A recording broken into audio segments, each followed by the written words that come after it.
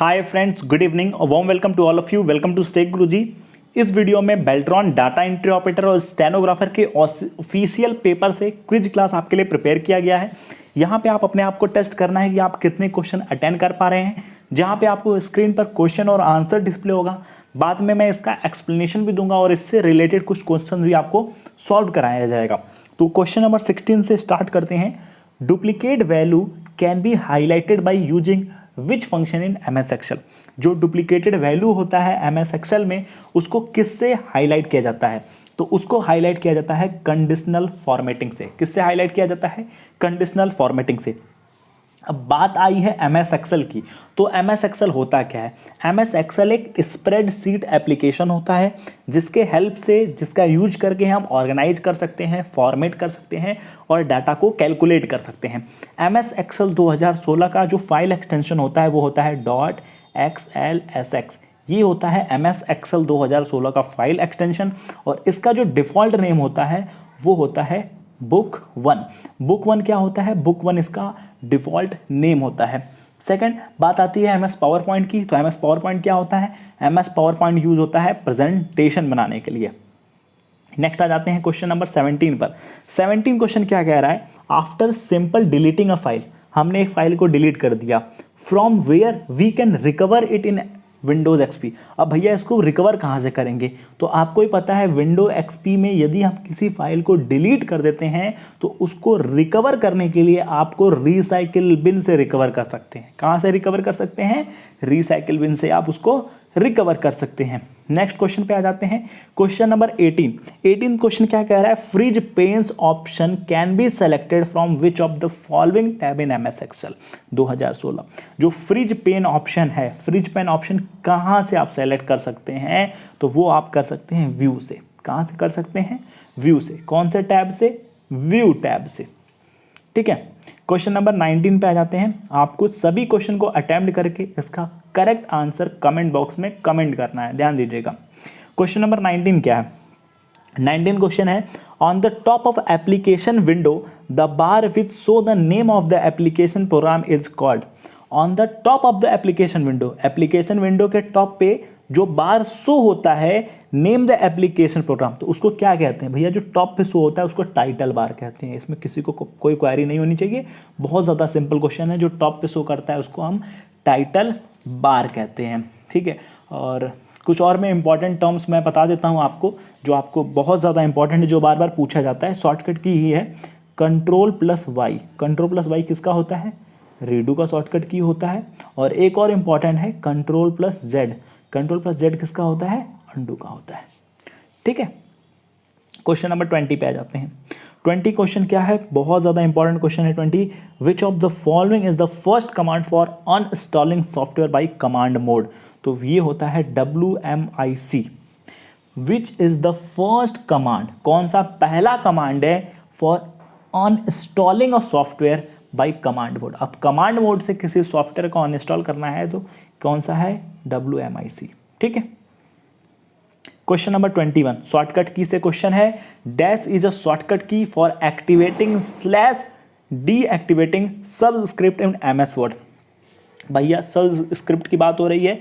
सब स्क्रिप्ट को एक्टिवेट और डीएक्टिवेट करने के लिए तो इसका सेकंड ऑप्शन सही हो जाएगा, कंट्रोल प्लस इक्वल टू। ये जो कंट्रोल प्लस इक्वल टू होता है ये शॉर्टकट की होता है किसका?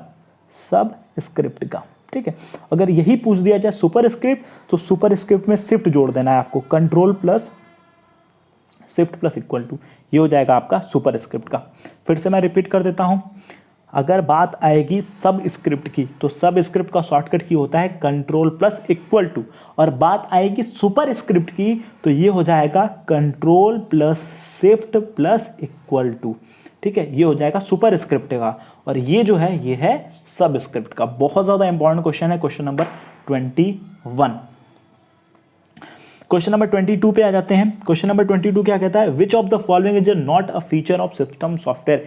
इनमें से कौन सा सिस्टम सॉफ्टवेयर का फीचर नहीं है? फाइल मैनेजमेंट सिस्टम सॉफ्टवेयर का फीचर है, मेमोरी मैनेजमेंट भी सिस्टम सॉफ्टवेयर का फीचर है, शेड्यूलिंग भी सिस्टम सॉफ्टवेयर का फीचर है, लेकिन बिलिंग सिस्टम सॉफ्टवेयर का फीचर नहीं है। इनमें से कौन सा सिस्टम सॉफ्टवेयर का फीचर नहीं है? तो जो बिलिंग होता है वो सिस्टम सॉफ्टवेयर का पैकेज नहीं है।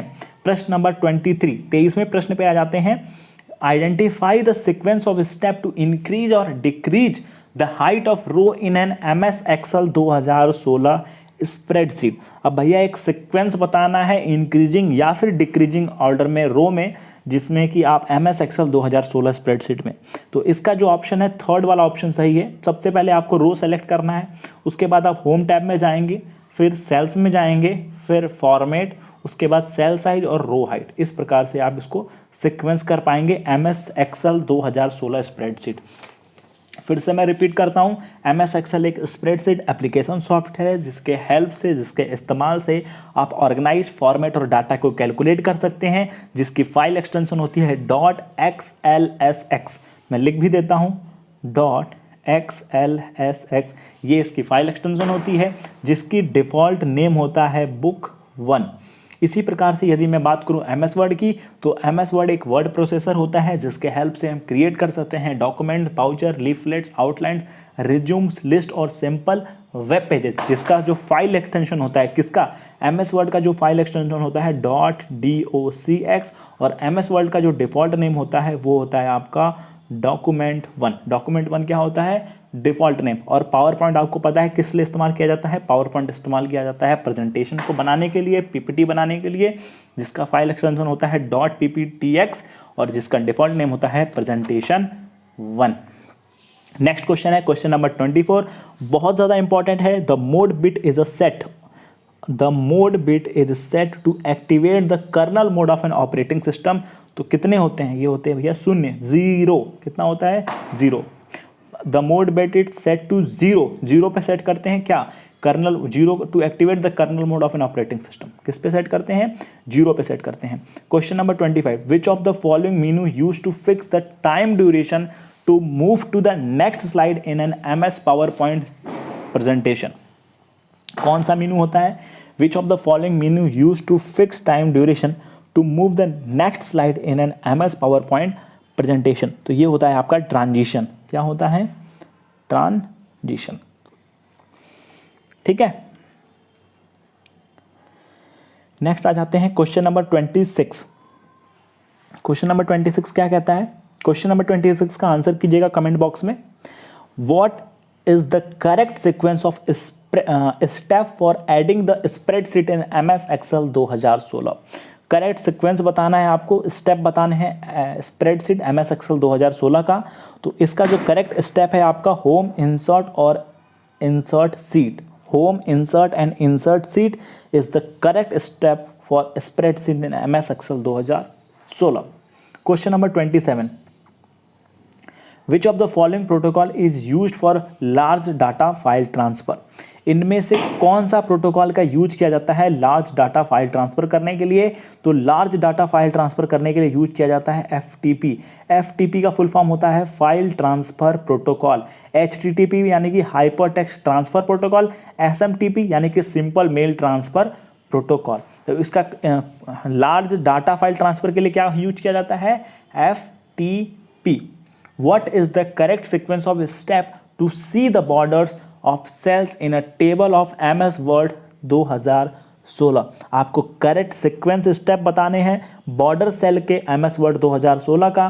तो जिसका हो जाएगा आपका, इसका आंसर क्या हो जाएगा, select table, table tools, design and border.